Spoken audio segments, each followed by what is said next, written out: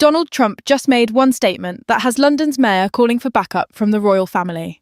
At yesterday's UN meeting, Trump looked directly at world leaders and said, quote, "London has a terrible, terrible mayor. Not weak, not unfit, terrible. Twice.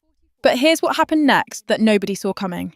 And if you want to see more political bombshells like this, hit subscribe because this story gets wild. Within 2 hours, Sadiq Khan fired back on live television, calling Trump racist, sexist, and Islamophobic. Then Khan made this exact claim, and I'm quoting word for word, "I'm living rent-free inside Donald Trump's head. I think I've got squatters' rights." Now here's where it gets crazy. Because while Khan was making jokes about real estate in Trump's brain, actual Londoners started demanding something nobody expected. Thousands took to social media calling for King Charles to strip Khan of his knighthood. Not suspend it, strip it completely. Think about that for a second. When did you last see British citizens asking their king to punish their own elected mayor? But Khan's response tells you everything about why people are so angry. Instead of talking about London's knife crime rates, which hit record highs this year, he spent 3 TV interviews talking about Trump's mental real estate. Instead of addressing the housing crisis that's pushing families out of London, Khan focused on his comedy routine about squatters' rights. And here's the part that should worry every politician watching this. Because when Sky News asked random Londoners on the street what they thought, the responses were brutal. At least Trump says what he means. Our mayor cares more about Twitter than crime. Maybe we need someone who isn't afraid to speak up. One woman in her 60s actually said, and this is a direct quote from the interview, "I'd rather have Trump as mayor for a month than Khan for another year." When your own citizens prefer a foreign politician over their elected leader, you've lost more than an argument. You've lost trust. But let's step back and look at exactly what happened at the UN that started this whole mess. Trump wasn't giving a prepared speech about London. He was talking about immigration, about Europe, about what he sees as failed leadership across the Atlantic. And then, almost as an afterthought, he pointed to London as Exhibit A. "I look at London where you have a terrible mayor. Terrible, terrible mayor," Trump said, his voice carrying that trademark blend of certainty and dismissal. The room didn't gasp. There was no dramatic silence. Most diplomats just kept taking notes, but the cameras caught every word. And within minutes, those 10 seconds of Trump speaking were racing across social media. Here's what makes this moment different from typical diplomatic drama. Trump wasn't attacking Khan's policies, or his party, or his politics. He was attacking his competence. And that's a charge that cuts deeper than ideology. You can defend your beliefs, you can defend your party, but defending your basic ability to do your job, that's harder. And Khan's response proved Trump's point better than Trump ever could. Because instead of listing London's achievements, Khan went personal. Instead of citing crime reduction statistics, he made mental health jokes. Instead of defending his record, he attacked Trump's character. But here's what happened behind the scenes that changes everything about this story. Within hours of Trump's comments, Conservative MPs started texting each other screenshots of social media posts supporting Trump's position. Not supporting Trump personally. Most of them can't stand him, but supporting his assessment of Khan. Labour MPs, meanwhile, were getting calls from constituents in London asking why they weren't defending their mayor. But when they tried to craft defences of Khan, they kept coming back to the same problem. How do you defend a mayor when the people he represents are agreeing with his critics? Because that's what the polling data shows. And yes, there was immediate polling on this, because that's how fast modern politics moves now.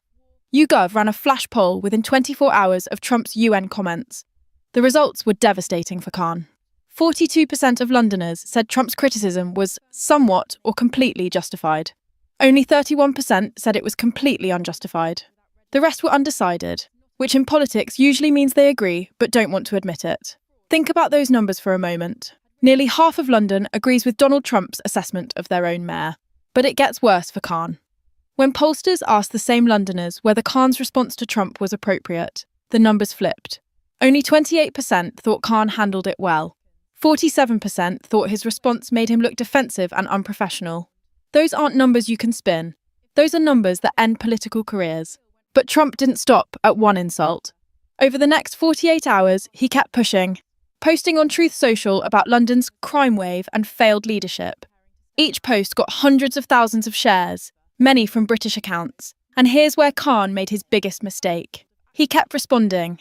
Every Trump post got a Khan response. Every Khan response got shared by Trump supporters and Khan critics alike. And with each exchange, Khan looked smaller, while Trump looked bigger. It's the oldest rule in political communication. When you're explaining, you're losing. Khan spent 4 days explaining. Trump spent 4 days attacking. Guess who won that battle? But the real story isn't what Trump said about Khan. It's what happened when British journalists tried to defend Khan. The Guardian ran an editorial calling Trump's comments undiplomatic and untrue. But the comment section under that editorial told a different story. Thousands of responses, most from verified British accounts, agreeing with Trump.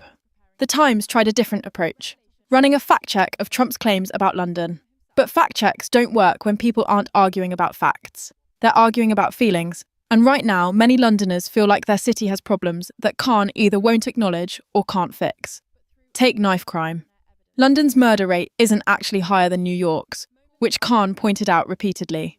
But Londoners don't compare their city to New York. They compare it to what London used to be. And by that measure, Khan has a problem. Violent crime in London has increased 34% since Khan took office in 2016. Youth violence is up 52%. Those aren't Trump's numbers. Those are Metropolitan Police statistics. When Trump says London has a terrible mayor, he's not making a detailed policy argument. He's making a simple claim. Things are getting worse, not better. And for many Londoners, that feels true, regardless of what international comparisons show. But here's where this story gets really interesting.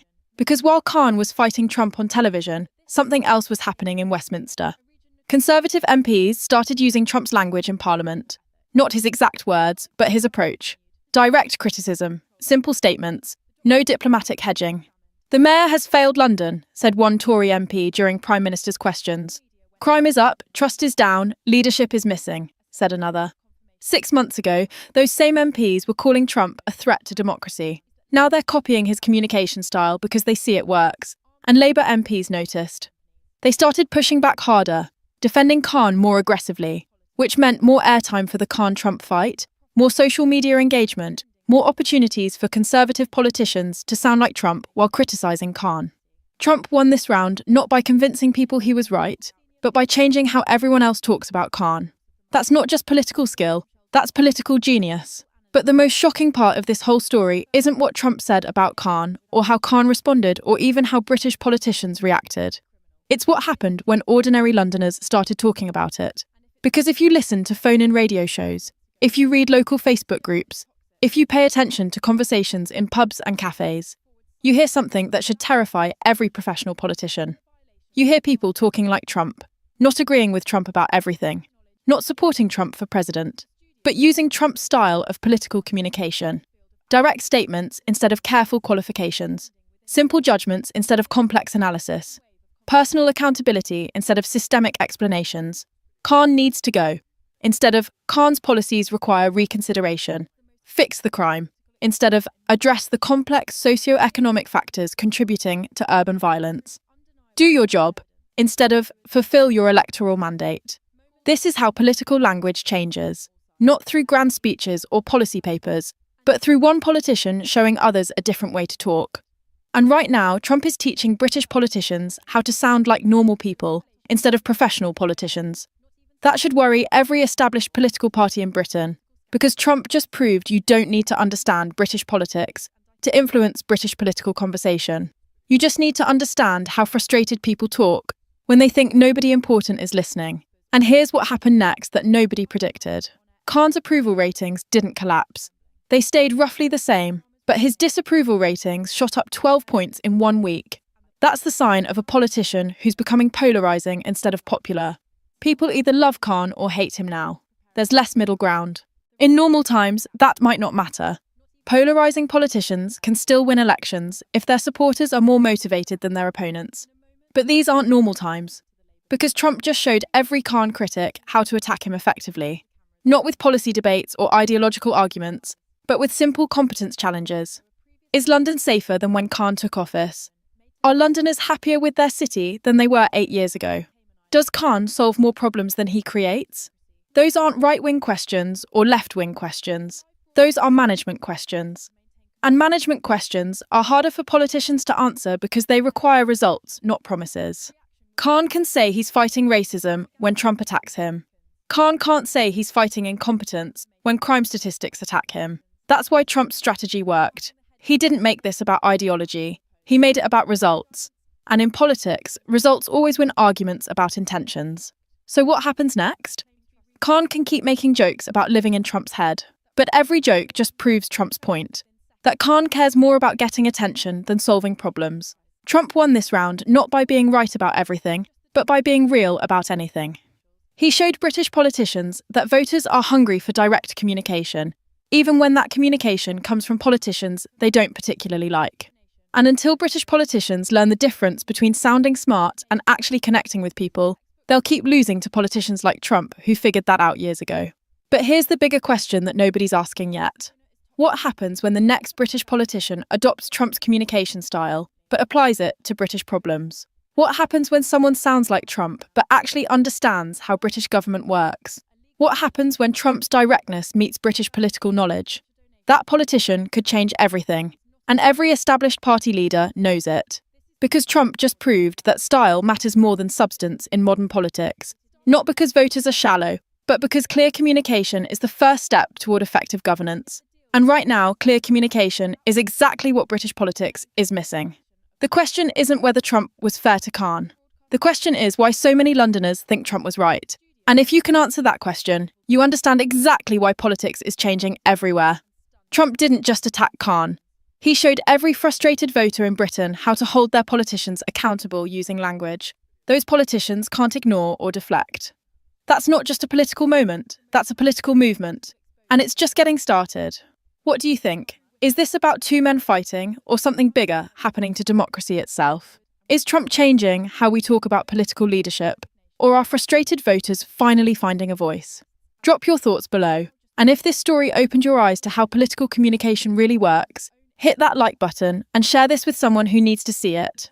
Because when foreign politicians start influencing domestic political conversation, everyone needs to pay attention to what happens next.